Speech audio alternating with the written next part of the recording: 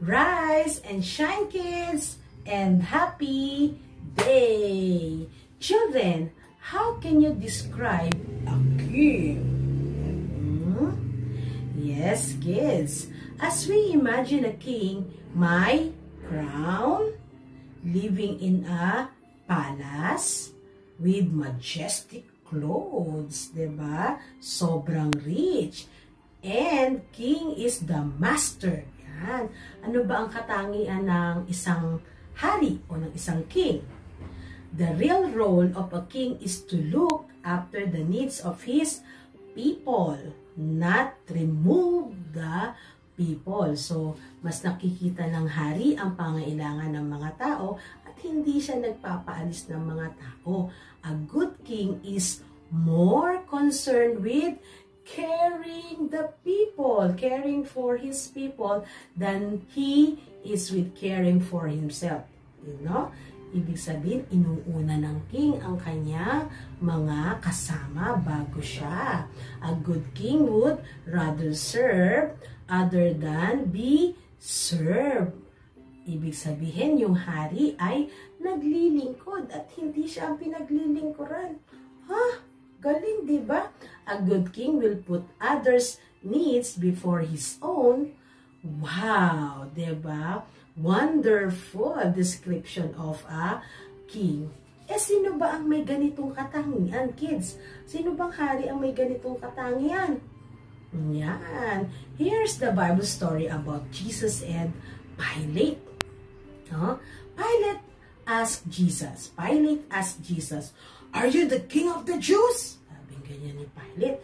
And Jesus answered, through a question. Simagot si Jesus sa pamagitan ng tanong, "Is that your own idea? Or did others talk to you about me?" Siguro, kids, medyo gigil na si Pilate, no? Kaya sabi niya kay Jesus, Pilate said to Jesus, "Am I a Jew?" Sabi niya, "Am I a Jew? Your own people and chief priests handed you over to me. What have you done? Anong ginawa mo?" Pero alam niyo ba, kids, kung ano ang sagot ni Jesus? Jesus said, "My kingdom is not from this world. If it were, those who serve me would fight.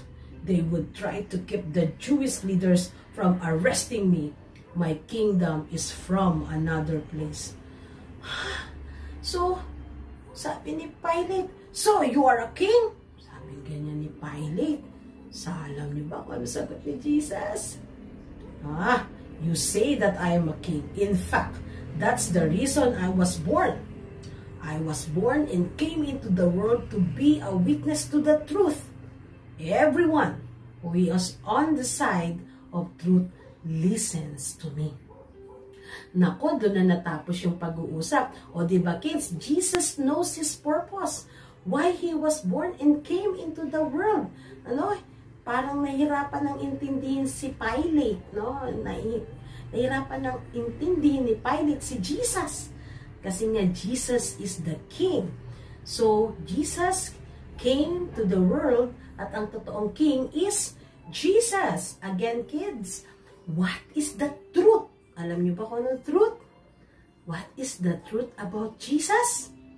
Jesus is the king. Jesus is the truth. And we have to testify the truth. Sabihin daw natin, ikwento natin yung katotohanan. So, let me share with you, kids, the evidence of truth. Ano ba ang katibayan nitong mga katotohanan na to? First, Jesus came to serve and not to be served. Jesus came to serve, not to be served. Jesus put others' needs before his own. Si Jesus pala pinanganak, lumaki, naglingkod. Si Jesus ay dumating sa sanlibutan hindi para siya ay paglingkuran. Na, Jesus, ano pong gusto nyo? Jesus, ano pong order nyo? Hindi gano'n, no? Kundi si Jesus ang naglilingkod sa mga tao. Jesus was born to be king, but his kingdom is not on this earth, no? Hindi dito. Do any of you know where Jesus' kingdom is? Saan kaya ang kaharian ng ating Panginoong Jesus? Alam niyo ba kung saan? Tama! You're right! It is in heaven. Yes. Second evidence, Jesus taught us to live with Him. Jesus taught us to live with Him. Jesus came to earth to teach us how to live life on earth.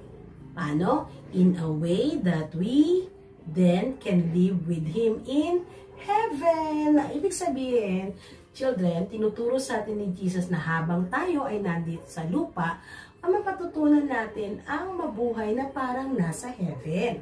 Diba? Kung sa heaven, nag-fellowship, nag-worship, kung sa heaven, nagbibigayan, nag-iibigan, dito pa lang sa earth, children, ay magbigay na tayo, mag-worship na tayo, mag-fellowship tayo, mag-ibigan tayo, magbigayan tayo.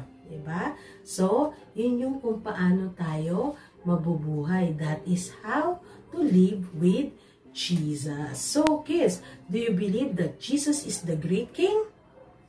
Everybody shout, Jesus is the King! Again, everybody shout, Jesus is the King! Kaya kids, testify the truth that Jesus came to serve, not to serve. Jesus taught us to live with Him. Amen.